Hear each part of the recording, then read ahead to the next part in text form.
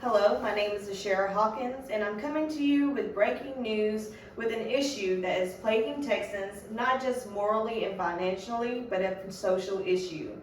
Human trafficking in Texas is increasing, and it's leaving law enforcement and politicians in a concerned state on how to combat this issue.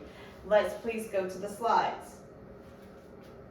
There are three types of human trafficking.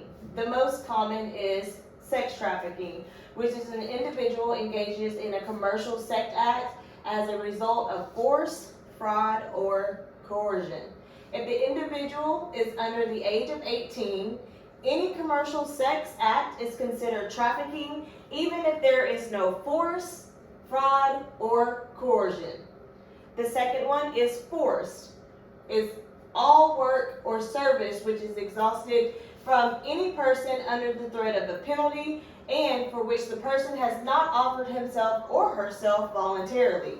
Types of forced labor include debt bondage, domestic servitude, forced child labor, and lawful, unlawful recruitment of a child soldier. Number 3 is bondage, which is the least common, but still just as bad as the others.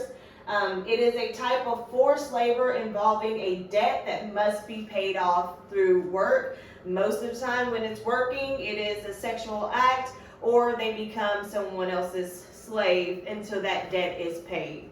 Next slide. Texas ranks number 2 in human trafficking. We come in number 2 because California comes in number 1 because they are a bigger state, or their population is a bigger state. In 2020 alone, there were 987 reported cases of sex trafficking. By the time 2016 was here, over 313,000 cases were reported of human trafficking, costing Texans $6.6 billion in resources, not only for the families that were involved, but also for law enforcement in searches and trying to find those victims. 25% of human trafficking victims are children. Next slide. Child sex trafficking builds upon past trauma. Number 1 is sexual history or physical abuse. A lot of these cases are because of women or men that are in physical abuse relationships, and they end up going into sexual or human trafficking. Number 2 are people of color and Native Americans. Number 3 is part of the LGBTQ community. Number 4, have experienced poverty or homelessness. Number 5, has a parent that is involved in substance abuse. A lot of time, people who have substance abuse problems, they will use anything they can to get more money to feed that drug. So they will sell their children, sell themselves into a situation to feed that addiction. Number 6, part of the child welfare system, including foster care. And number 7 is undocumented immigrants. Now, a lot of people who are involved in human trafficking, those people who get them introduced to that or force them into that are not strangers. A lot of people meet people who are a part of that criminal circle, often starts online, or they have a part of their lives where they're struggling financially and they're trying to make ends meet. Next slide. Here's a map of the different areas of sex trafficking and why it happens, mostly in major cities like Houston, Dallas, and San Antonio. Next slide. Okay, high areas of human trafficking. Houston is ground zero for human trafficking. Just this past week, we had a case of a missing woman of color who left a club. She got into an Uber, and now she is missing with her cell phone found on the highway full of blood.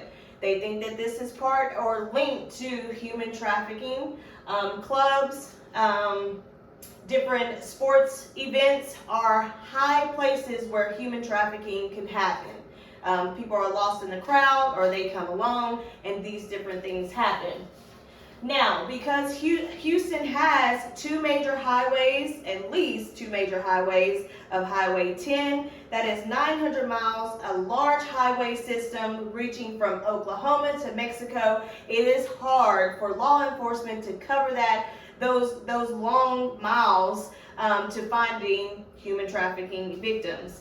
Also, we have Interstate Highway 45 that is linking from Houston to Dallas and among other cities in the state of Texas, and that is leading to number 2, which is Dallas, coming in second with trafficking. Number 3 is Austin, and number 4 is San Antonio, being close to the Mexico border.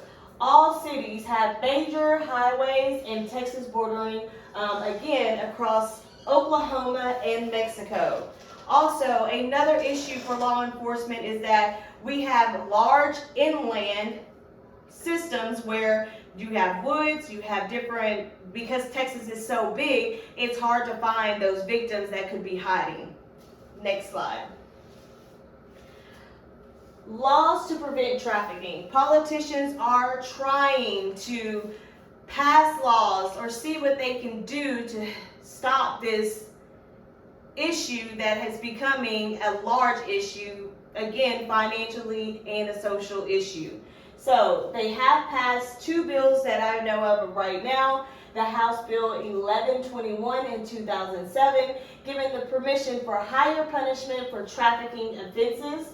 House Bill 4009, creating a task force to stop traffic stops, especially with major trucks, suspicious cars on the highway, to see if they have victims, and helping families get those victims back to their families and safe.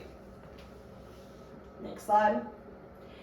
The national hotline for human trafficking is 1-888-373-7888. This is a social issue that we all are a part of, because it is hitting Texas, but it is also affecting many cities, many states, and many families on trying to keep these women. A lot of part of them are women, a lot of part of them are women of color, trying to keep them safe.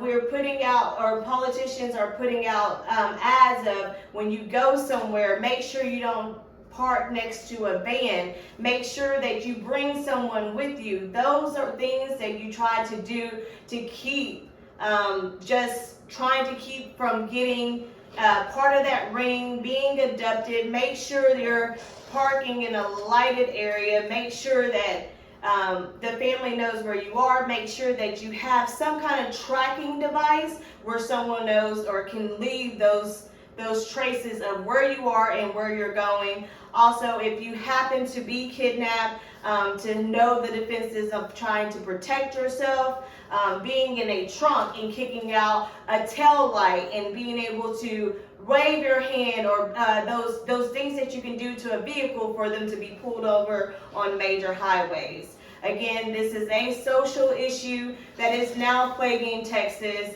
Politicians, people, family, victims, they're all coming together so that we can stop the trafficking. It is a very difficult issue. Again, since we are in a major city, we have major highways that those trucks and the Mexico border, people are coming in and out that we're trying to stop.